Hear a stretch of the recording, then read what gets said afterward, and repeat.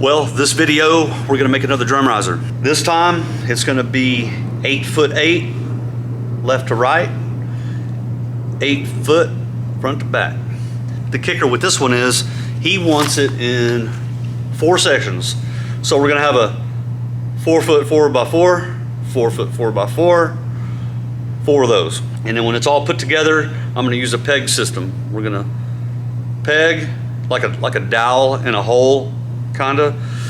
1/2-inch round bar, I'll weld it to one, drill holes in the other, slide them in there, especially in the center of these, so they don't bounce around or anything comes apart or anything like that. But anyway, another drum riser is going to be coming up right behind this one, but I'm going to go ahead and knock this one out first because it's due first. And I'm set up over here with the first piece marked, clamped, and I'm about to start cutting with the Evolution chop saw. If you haven't seen these saws, I recommend you go to evolutionpowertools.com and look at these metal cutting chop saws. That's what we got.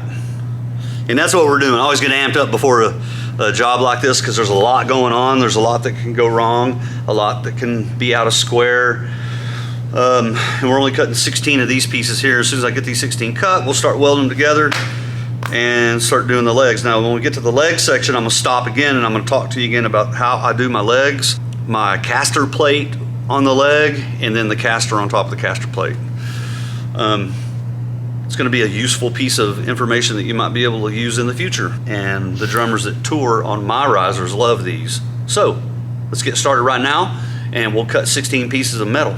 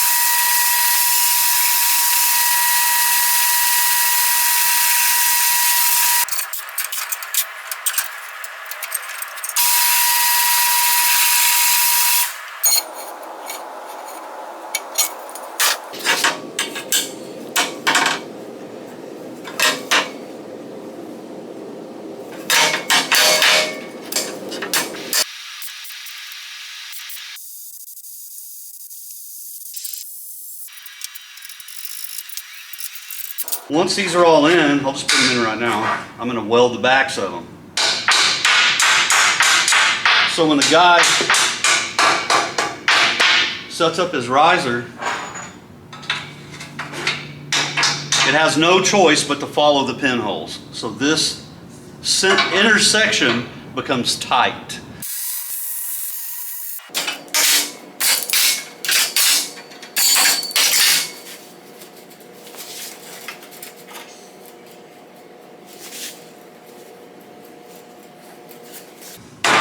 Here we go.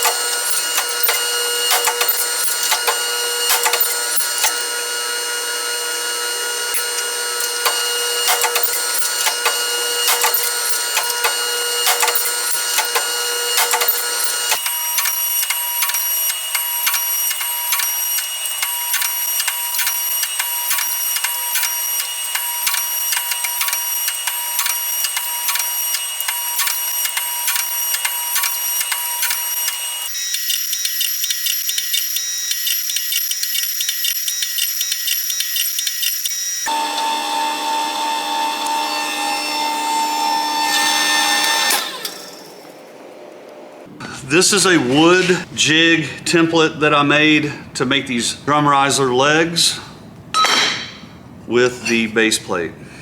So I have a little slot that I put my base plate in right here. And I have a slot here. I've had this jig for about 2 years and it hasn't moved around on me yet, so it's still good. That slides in there, slide that up there. I have room in here to get my welder for 4 tacks, 4 big tacks. Once I get the tack weld on there, this thing slides out and I put it aside and I do another one. That's how I do this. If you come up with little jigs and templates like this that you can make your life easier, I would recommend doing that. And like I said, I used a lot of glue and a lot of screws and brad nails to build this. It didn't take long, but it's gonna last me a long time. And if it wears out, I'll build one out of metal.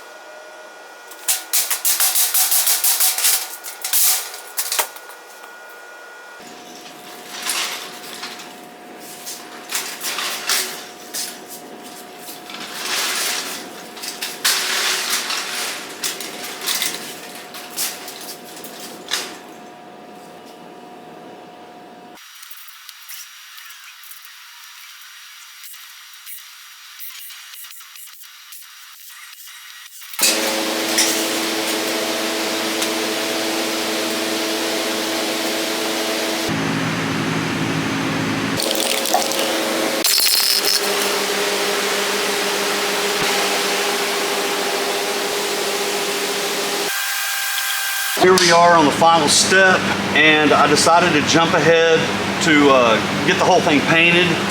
I had to order my clasps, and it took about 6-7 days for these to come in. I guess with the holidays and everything like that going on, it took a while. I went ahead and left my trim long. You see it meets here in the middle. I'm gonna trim the trim so this sits flat right on the end of this tubing. And then here's my catch. So that'll sit on there like that, and then I'll paint it black. So I'll do this one, and I'll do the other ones off camera, and when I get it all done, we'll take it apart, put it back together, and I'll show you how easy it is to come apart and go together, and how this little clasp works.